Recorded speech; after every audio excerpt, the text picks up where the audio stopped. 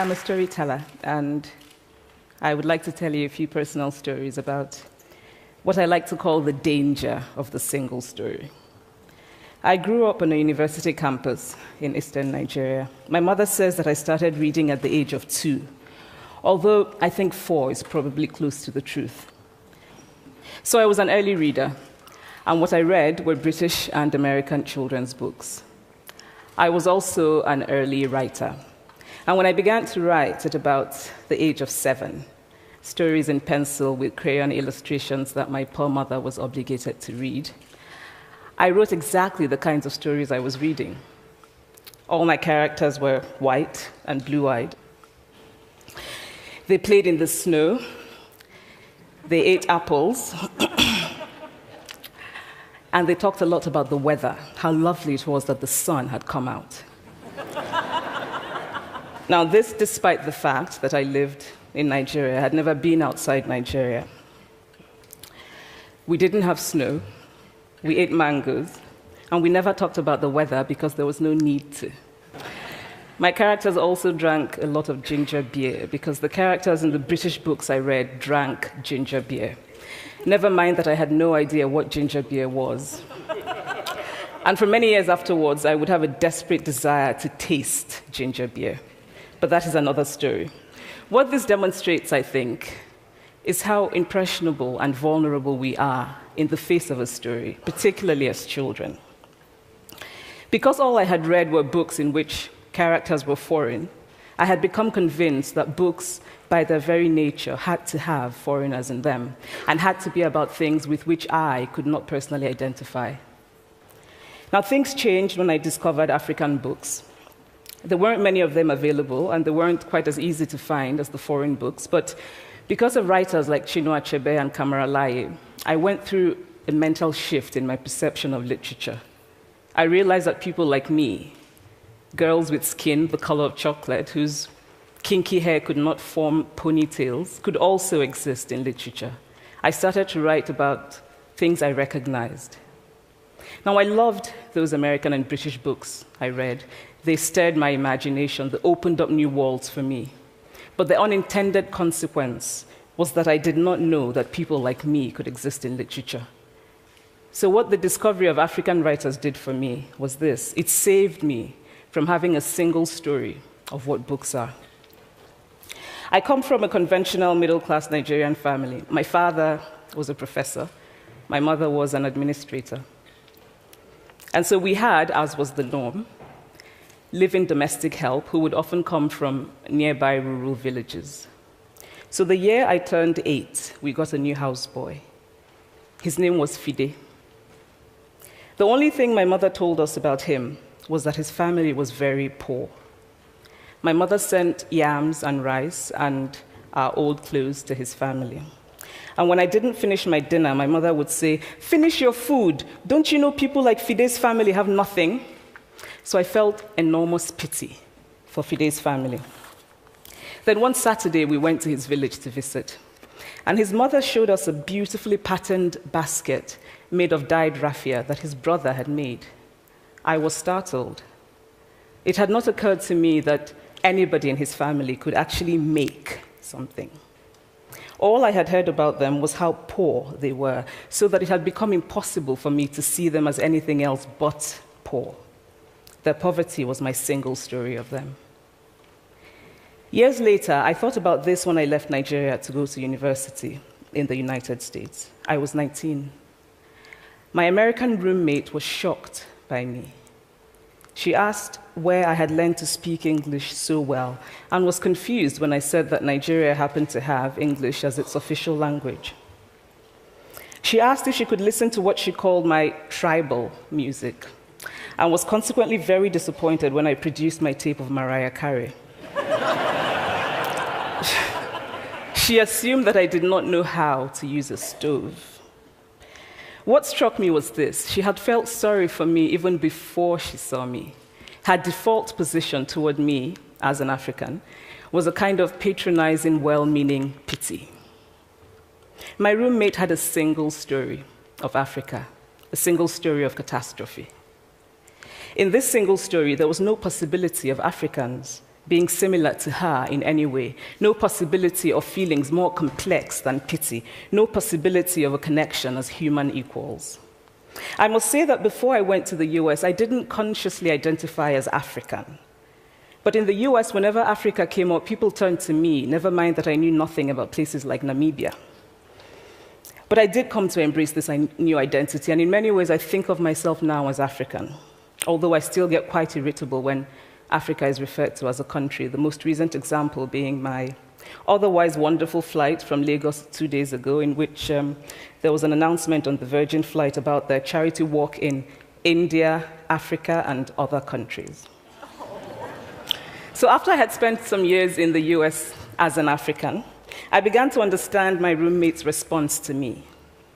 If I had not grown up in Nigeria, and if all I knew about Africa were from popular images, I too would think that Africa was a place of beautiful landscapes, beautiful animals, and incomprehensible people fighting senseless wars, dying of poverty and AIDS, unable to speak for themselves, and waiting to be saved by a kind white foreigner. I would see Africans in the same way that I, as a child, had seen Fide's family. This single story of Africa ultimately comes, I think, from Western literature. Now, here's a quote from the writing of a London merchant called John Locke, who sailed to West Africa in 1561 and kept a fascinating account of his voyage. After referring to the black Africans as beasts who have no houses, he writes, "They are also people without heads, having their mouths and eyes in their breasts." Now, I've laughed every time I've read this, and one must admire the imagination of John Locke. But what is important about his writing is that it represents the beginning of a tradition of telling African stories in the West, a tradition of sub-Saharan Africa as a place of negatives, of difference, of darkness, of people who, in the words of the wonderful poet Rudyard Kipling, are half devil, half child. And so I began to realize that my American roommate must have, throughout her life, seen and heard different versions of this single story. As had a professor who once told me that my novel was not authentically African. Now, I was quite willing to contend that there were a number of things wrong with the novel, that it had failed in a number of places, but I had not quite imagined that it had failed at achieving something called African authenticity. In fact, I did not know what African authenticity was. The professor told me that my characters were too much like him, an educated and middle-class man. My characters drove cars. They were not starving. Therefore, they were not authentically African. But I must quickly add that I, too, am just as guilty on the question of the single story. A few years ago, I visited Mexico from the US. The political climate in the US at the time was tense, and there were debates going on about immigration. And, as often happens in America, immigration became synonymous with Mexicans. There were endless stories of Mexicans as people who were fleecing the healthcare system, sneaking across the border, being arrested at the border, that sort of thing. I remember walking around on my first day in Guadalajara, watching the people going to work, rolling up tortillas in the marketplace, smoking, laughing. I remember first feeling slight surprise, and then I was overwhelmed with shame. I realized that I had been so immersed in the media coverage of Mexicans that they had become one thing in my mind, the abject immigrant. I had bought into the single story of Mexicans, and I could not have been more ashamed of myself. So that is how to create a single story. Show a people as one thing, as only one thing, over and over again, and that is what they become. It is impossible to talk about the single story without talking about power. There is a word, an Igbo word, that I think about whenever I think about the power structures of the world, and it is nkali. It's a noun that loosely translates to be greater than another. Like our economic and political worlds, stories too are defined by the principle of nkali. How they are told, who tells them, when they are told, how many stories are told, are really dependent on power. Power is the ability not just to tell the story of another person, but to make it the definitive story of that person. The Palestinian poet Mourid Barghouti writes that if you want to dispossess a people, the simplest way to do it is to tell their story and to start with secondly. Start the story with the arrows of the Native Americans and not with the arrival of the British, and you have an entirely different story. Start the story with the failure of the African state and not with the colonial creation of the African state, and you have an entirely different story. I recently spoke at a university where a student told me that it was such a shame that Nigerian men were physical abusers like the father character in my novel. I told him that I had just read a novel called American Psycho, and that it was such a shame that young Americans were serial murderers. Now,